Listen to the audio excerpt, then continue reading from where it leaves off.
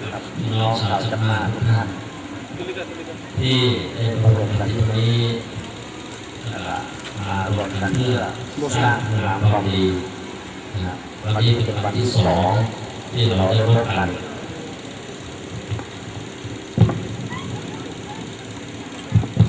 วันที่6นะเจยุติจีวันที่6ผู้จิวยีอาโรSama di pandu darat nama senadu atau musuhnya itu buzau ini tiada kalau nak kaya tadi buzau yang terlalu tinggi tahu tiada kemarin menurut asifat dong musik itu tiada macam itu มาเห็นความพร้อมเพรียงสามัคคีของพี่น้องชาวจังหวัดในการสร้างการคนดีที่สร้างกุศลเป็นเพราะพวกเรามีความร่วมใจกันคือมีสิ่งร่วมใจกันวันที่เราจะมีเจสัมมาจัตตุรีแต่คนนี้มาตุมีแต่ไม่รู้ข่าวรู้สิ่งที่เราไม่รู้ไม่รู้เนี่ยต้องมาดูข่าวรู้อะไรข่าวเนี่ยยังเราการเรื่องมันสามารถจะมันกันดีอะไรที่มันดูจีผู้ชีวิตเนี่ยเมื่อคืนนี้ได้ไปดูญาติโยมพระถิ่นที่ทองมาดูพวกนี้ได้ไปดูก็ความพร้อมเพรียงกันความสามัคคีกันมากทีเดียวJadi tanpa upasak upasikawan berikut dari kekor katiru lebih dari alam puji alam mana orang itu dia dikekor tapi puji orang sedang dari turun ini di negara memiliki harusnya ada di tanah mungkin harus dikira berkat sedikitที่ประเทศไทยหาดูยากนานๆจะมีสุดท้ายหนึ่งแต่ถึงธุรกิจที่ทำในวันเดียวนี่มีอยู่ไม่กี่แห่งที่ทำหาดูยากมากอยากได้เป็นใครที่มาดูวันนี้kalau kita urus sedikit hobi olehเป็นmelakukan di corona bukan ada ini bukan bisikan nih ituโดยเฉพาะความพร้อมเพรียงของพี่น้องชาวจังหวัดซึ่งหาดูได้จากที่ประเทศไทยมีความพร้อมเพรียงกันนั่งดูคนฟังให้กับประสบการณ์ที่การมีหลักไม่มีการที่จะไม่ยกตัวอย่างมากyang hari sama yang ada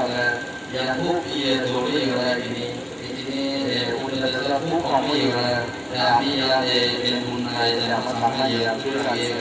yang mati yang dulu yangก็ทั้งหมดนี้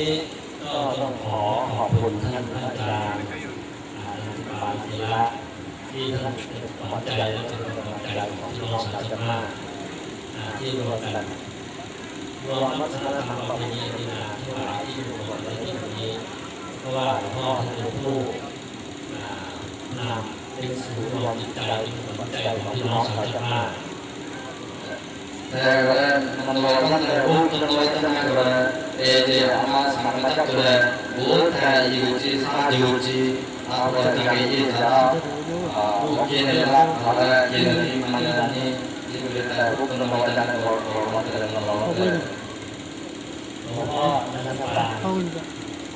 ท่านทำงานหนักมากไม่เห็นภาพที่แล้วไม่รู้ว่าท่านทำงานหนักต้องดูแลพี่น้องชาวจังหวัดเป็นจำนวนมากมีสิ่งที่ขามีญาติโยมเป็นจำนวนมากต้องดูปฏิบัติที่กำลังใจสิ่งที่ขาจากรวมทุกคนนั้นพ่อท่านทำงานมากสังขารท่านอยู่ร่วมโลกไปorang desa dalam masyarakat putih abiklah sama putih kan oleh disiplin putih orang mati putih พ่อ พ่อนี้ท่านอายุน้อยกว่าอาตมาแต่ว่าท่านทำงานมากกว่าอาตมามากทั้งประเทศอินเดีย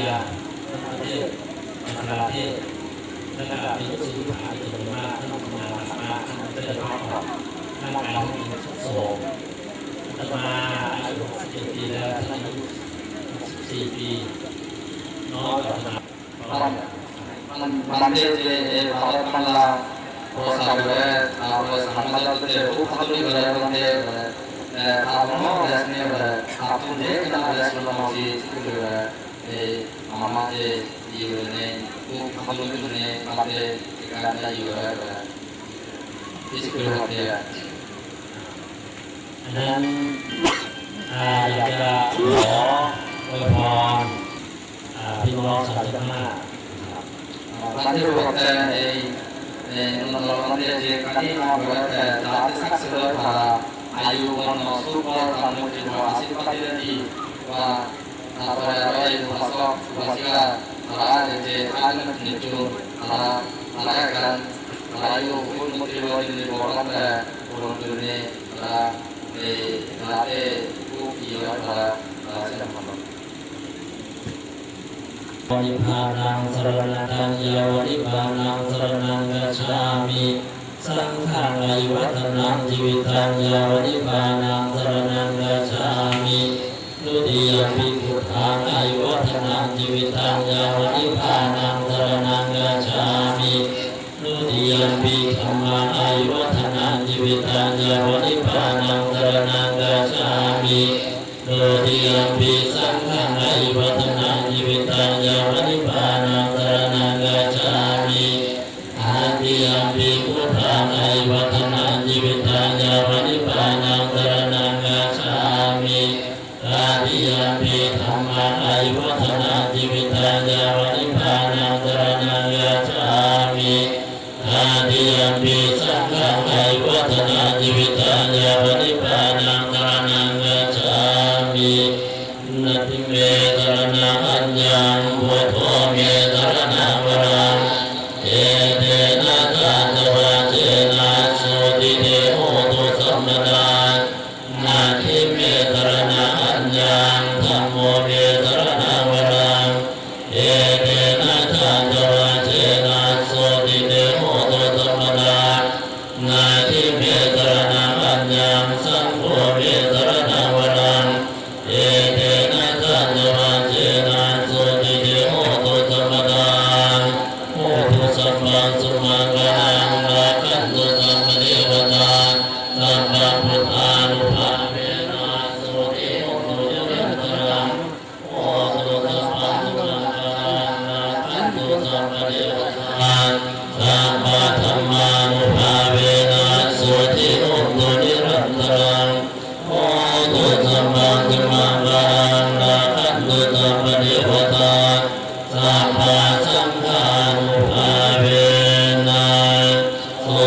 ติโหตุนิรันตรังขอให้หลวงพ่ออธิปาลเถระมีอายุ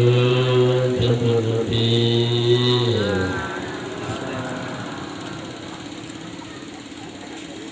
ก็ขอ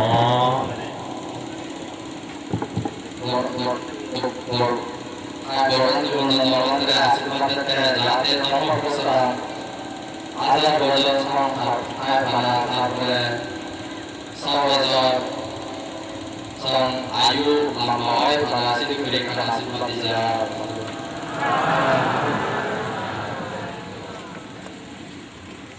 อยากจะให้พี่น้องชาวไทยได้เห็นภาพนี้ของพี่น้องชาวพม่าถึงความพร้อมเพรียงความรักในพุทธศาสนาอาตมาให้คุณเองบันทึกภาพไว้เพื่อจะให้พี่น้องชาวไทยได้เห็นความพร้อมเพรียงและความยิ่งใหญ่ของพี่น้องชาวจังหวัดที่นี่ Nanti boleh orang itu benci, kalau berarti bahasa macam bahasa kau, kalau ada aja macam itu, kalau ada yang Dikharan dikuri talagang sedikuri amat sampai yang datang hal itu sedikit masalah lawai pada dalam mudi ก็ขอขอบคุณขออนุโมทนาครับว่า Kami je Bangladesh sama hari ada mui thalat dengan mudi asimah di je Allah Rasulullah hai pada di sana mana je satu hari Asia dulu hari pada mesti nak dengan orang aja bari ขอให้พี่น้องชาวเจ้าภาพจงมีความรักความสามัคคีกันเข้มแข็งเพื่อรักษาพุทธศาสนาเอาไว้ให้พ้นจากภัยเบียดเบียนจากศาสนาอื่นลัทธิอื่นฉะนั้นขอให้ ผู้ที่สามีอาการสุสัยที่ทำดูทำไปรักนี้มีเรื่องทำรับดูทำไปการสร้างรับดูอิสระมันจะบอกอะไรนรกมันจะอุปถัมภ์จะนั่งอะไรอะไรจะที่อะไรที่จะที่อะไรitu benar orang orang pada amal sama jatuh ที่จริงท่านอยู่ในท่านจะมาจะมาจริงถ้าท่านมาที่นี่มีมวลมาก็มีโอกาสได้มาครับและที่สำคัญที่สุดก็คือท่านตัวที่ atau nanti kalian perlu sebutkan dulu saja amalan ini menurut kalian mana jangan kalian itu ilmu dia tu itu de kalian selalu kasih dulu itu dan menurut kalian mana masuk ke bawah ก็หวังว่าพวกเราคงจะได้พบอีกในคราวหน้าอันนี้สมาภาพในนามพระสงฆ์พระภิกษุสงฆ์ไทยและประสบประสิทธิการมาจากประเทศไทยขอ kami mante kami jelaskan kunci di dalam mante kami kunci atau pasal basika kami kalau tahu dengan kunci ini agar kami terima seperti ini kami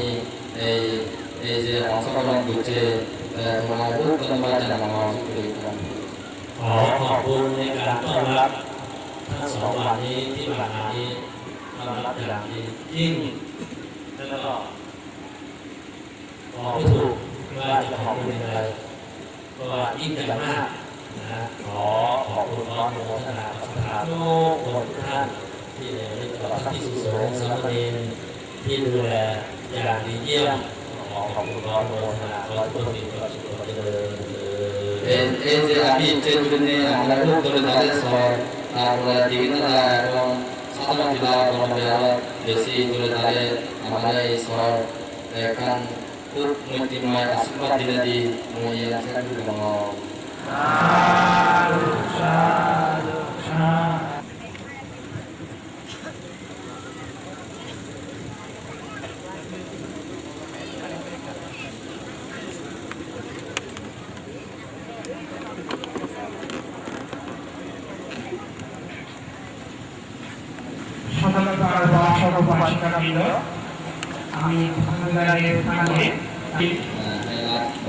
kami तुम्हारे video video salam शांति भूल रहा है आगामी दिनों तुम्हारे आरोप ऐसा कभी भी बात की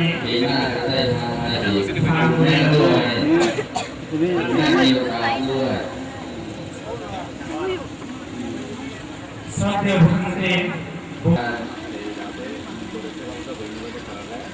โยมญาติโยมก็บอกว่าเรายังดูแลไม่เต็มที่แต่ถ้าไม่เต็มที่ก็ขออภัยสำหรับญาติโยมคุณแม่นะ आगामी दिनों तुम्हारे आरोप इधर से बोले हमें बात की मांग बोले लो तुम्हें देखे पारो आगामी दो एक चुप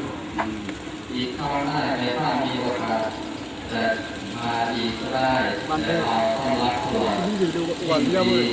ดีกว่าตอนนี้ इसके बाद तुम्हें देखे पारो आगामी दो तुम्हें एक चुप ডাইরে ফার্ম গড়ে วันเท่านั้นก็มามีเวลาต่อมา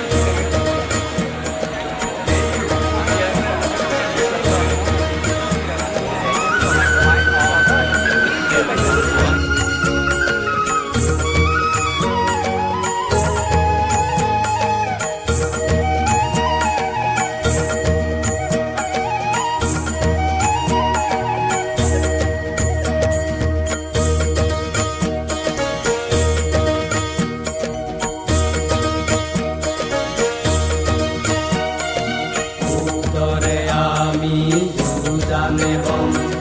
ধর্মরে আমি যুজানেব সঙ্গরে আমি যুজানেব সঙ্গরে আমি যুজানেব দান করিব বেগে মিলি পুণ্য লভ আদত তুলি পুণ্য লভ আদত তুলি দান করিব বেগে মিলি পুণ্য লভ আদত তুলি পুণ্য লভ আদত তুলি উত্তরে আমি যুজানেব ধর্মরে আমি যুজানেব সঙ্গরে আমি যুজানেব সঙ্গরে